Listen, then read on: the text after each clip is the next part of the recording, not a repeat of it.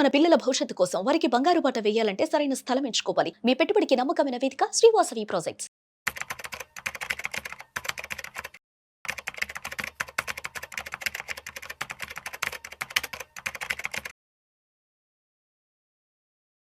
నమస్తే, welcome to Vishnu talks. నేను విష్ణు. ప్రస్తుతం మనతో పాటు senior stock market analyst Ramachandramurthy గారు ఉన్నారు. సార్తో మాట్లాడదాం.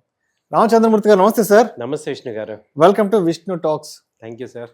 సార్, ఈ స్థిరాస్తులకు సంబంధించిన వృద్ధికి సంబంధించిన న్యూస్ ఒకటి మార్నింగ్ పేపర్లో చదివాను. అసలు వార్త ఏంటో చూద్దాం సార్. స్థిరాస్తి రంగంలో 7.3% వృద్ధి, బ్రిక్ వర్క్ రేటింగ్స్ అంచనా.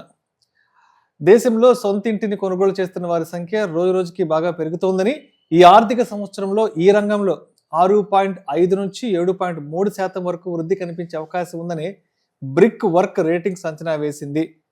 సో అంటే స్థిరాస్తులకు సంబంధించిన క్రయ విక్రయాలు, కొనుగోళ్లు, అమ్మకాల సంఖ్య దేశంలో రోజు రోజుకి పెరుగుతోంది. తద్వారా ఈ రంగంలో దాదాపు 7.3% వృద్ధి ఉంది, రాబోతుందంటూ కూడా వచ్చింది. సో ఏంటి అసలు ఎటువంటి మార్పు వచ్చిందంటారు రియల్ ఎస్టేట్ కి సంబంధించి? అండ్ గత కొంతకాలంగా ఎస్పెషల్లీ మన తెలంగాణ, హైదరాబాద్ విషయానికి వస్తే రియల్ ఎస్టేట్ అనేది కొంత స్తబ్దుగా ఉందంటూ కూడా వింటున్నాం. బట్ ఇప్పుడు చూస్తే ఏమో, వార్తల్లో చూస్తే ఏమో ఈ రియల్ ఎస్టేట్ కి సంబంధించిన క్రయ విక్రయాలు అన్ని బాగా సాగుతున్నాయి, మంచి వృద్ధి రేటు నమోదు చేసుకుందంటూ కూడా మంచి సానుకూలమైన వార్తలు రావడం జరిగింది. ఏంటి అసలు కంప్లీట్ గా ఈ వార్తలో ఉన్న సారాంశం? యాక్చువల్గా అయితే వృద్ధి నమోదు చేస్తుంది. ఇప్పుడు మనము స్థిరాస్తి అంటే మనం ఏంటంటే ప్లాట్లు ఉంటాయి దీనిలో, అలాగే అపార్ట్మెంట్స్ ఉంటాయి, రియాలిటీస్ ఉంటాయి, కాలనీలు ఉన్నాయి, డూప్లెక్స్ హౌసెస్ ఉన్నాయి. సో వీటిల్లో ఎక్కువ వృద్ధి జరిగేది ఏంటంటే ఈ యొక్క అపార్ట్మెంట్స్ కానీ కల్చర్ కానీ, తర్వాత డూప్లెక్స్ కానీ కల్చర్ కానీ అవుతున్నాయి. అంటే ఓపెన్ ప్లాట్స్ అనేది చాలా తగ్గినాయి అనమాట.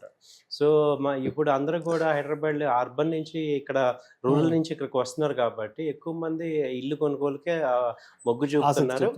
వాటిల్లో ఇప్పుడు ఏంటంటే గేటెడ్ కమ్యూనిటీలు కానీ, లేకపోతే పెద్ద పెద్ద ఇన్ఫ్రాస్ట్రక్చర్ కంపెనీస్ వాళ్ళు వెంచర్స్ ని ఎక్కువ లైక్ చేస్తున్నారు. మామూలుగా నార్మల్ బిల్డర్స్ కన్నా కూడా ప్రొఫెషనల్ కంపెనీస్ బిల్డింగ్ ఇప్పుడు వస్తున్నాయి కాబట్టి, ఇప్పుడు గూగుల్ అనే వచ్చాయని చెప్తున్నారు. అలాగే గోద్రేజ్ ప్రాపర్టీ అని, తర్వాత ప్రెస్టేజ్ అని, ఓబరాయిల్టీ, డిఎల్ఎఫ్, ఇలాంటి కన్స్ట్రక్షన్ కంపెనీస్ వాళ్ళ వెంచర్స్ ని క్వాలిటీ ఎక్కువ ఉంటుందని నమ్మి రేట్ ఎక్కువైనా కానీ వాటిలో ఇన్వెస్ట్మెంట్స్ ఎక్కువ చేస్తున్నారు. అంటే ఈ హై రైజ్ అపార్ట్మెంట్స్, పెద్ద పెద్ద గేటెడ్ కమ్యూనిటీ విల్లాస్, ఈ వీటి వృద్ధి బాగా కనిపిస్తుంది. Sales and purchasing. సో వాటి కాస్ట్ వచ్చి మినిమం 1 CR పైనే ఉంటుంది. అయినా కానీ వాళ్ళు ఇంట్రెస్ట్ చూపిస్తున్నారు, ఎందుకంటే అమ్యూనిటీస్ అవన్నీ కూడా బాగున్నాయని. సో అల్ట్రా అమ్యూనిటీస్ ప్రొవైడ్ చేస్తున్నారు. సో అలాంటివి వృద్ధి అని బ్రిక్ అంచనా వేస్తుంది. అది పెరిగినా at the same time middle class వాళ్ళకి తగ్గట్టుగా మిడిల్ క్లాస్ వెంచర్స్ వస్తుంటాయి కాబట్టి అవి కూడా గ్రో అవుతున్నాయి. అంటే ఎక్కువగా ఏంటంటే ఈ హౌస్ కన్స్ట్రక్షన్ ఎక్కువ అవుతున్నాయి. ఐదర్ అపార్ట్మెంట్ అవ్వచ్చు, ఇండిపెండెంట్ అవ్వచ్చు. ఓపెన్ ప్లాట్స్ అయితే రూరల్లో, అవుట్స్కట్స్ లో ఓపెన్ ప్లాట్స్ అది వరకు ఎక్కువ ఉండేవి, అది తగ్గినాయి. ఇప్పుడు హైడ్రో ఎఫెక్ట్ అనండి, లేకపోతే రూల్స్ అనండి, రెగ్యులేషన్స్, వీటన్నిటి వల్ల. సో అలాంటప్పుడు ఏంటంటే ఇక్కడ గేటెడ్ కమ్యూనిటీస్, రెడీమేడ్ హౌసెస్ కి, రెడీమేడ్ కన్స్ట్రక్షన్ కి మొగ్గు చూపుతున్నారు. అండ్ ఇప్పుడు ఏంటంటే ఇంకొక మేజర్ రీజన్, లాస్ట్ 1 year నుంచి కూడా ఇంట్రెస్ట్ రేట్లు బాగా తగ్గాయి. సో ఇప్పుడు దానివల్ల ఏంటంటే ఇన్వెస్ట్ చేసుకోవటానికి, ఇప్పుడు ఎవరైనా బ్యాంక్ లో పెట్టుకోవడానికి డబ్బులు అదే ఇంట్రెస్ట్ రావట్లేదు. సో కాబట్టి ఏంటి, రిటైర్ అయిన వాళ్ళు కూడా ఇప్పుడు చూసుకుంటే ఏమవుతుందంటే అందరి శాలరీలు పెరిగేపాటికి, పే చెక్స్ ఇవన్నీ పెరిగేపాటికి రిటైర్ అయిన వాళ్ళందరికీ కూడా మినిమం 2 crores ఫండ్ వస్తుంది.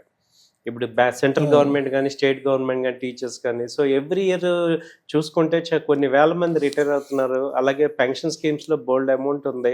అలాగే మ్యూచువల్ ఫండ్స్ గ్రోత్ వచ్చినాయి. ఈ అమౌంట్స్ అన్ని కూడా అందరూ కూడా ఏమంటున్నారంటే ఒక ఇల్లు కాదు ఇంకొక ఇల్లు కూడా తీసుకుందాం, ఇంటి మీద పెడితే సేఫ్టీ ఎక్కువ ఉంది, ప్లస్ రెంట్లు బాగా వస్తున్నాయి. అంటే కనీసం మినిమం ఇప్పుడు రెంటల్ హైదరాబాద్లో తీసుకుంటే ఆ రేంజ్లో అయితే 30-40,000, మినిమం 50,000 దాకా కూడా ఒక్కొక్క అపార్ట్మెంట్స్లో వస్తున్నాయి. కాబట్టి అక్కడ వర్కౌట్ అవుతుంది కాబట్టి. సో ఇప్పుడు 1 కోటి రూపాయలు మీరు మామూలు బ్యాంక్ డిపాజిట్స్ పెడితే 5% వస్తుంది, అంటే 5 lakhs per annum అలా వస్తుంది. అదే మీరు రెంట్లకి ఇచ్చుకున్నారనుకోండి, యావరేజ్గా 50,000 రెంట్ తీసుకున్నా 6 లక్షలు 7 లక్షలు వచ్చేసాం. సో మోర్ దెన్ ఇది ఉంది. అలాగే ట్యాక్స్ పరంగా చూస్తే రెంటల్ ఇన్కమ్ ట్యాక్స్ వచ్చి 10%, ఈ ఎఫ్డిది కనుక దానిలో ట్యాక్స్ మీకు 15% అవుతుంది. సో ట్యాక్స్ పరంగా కూడా బెనిఫిట్ ఉంది.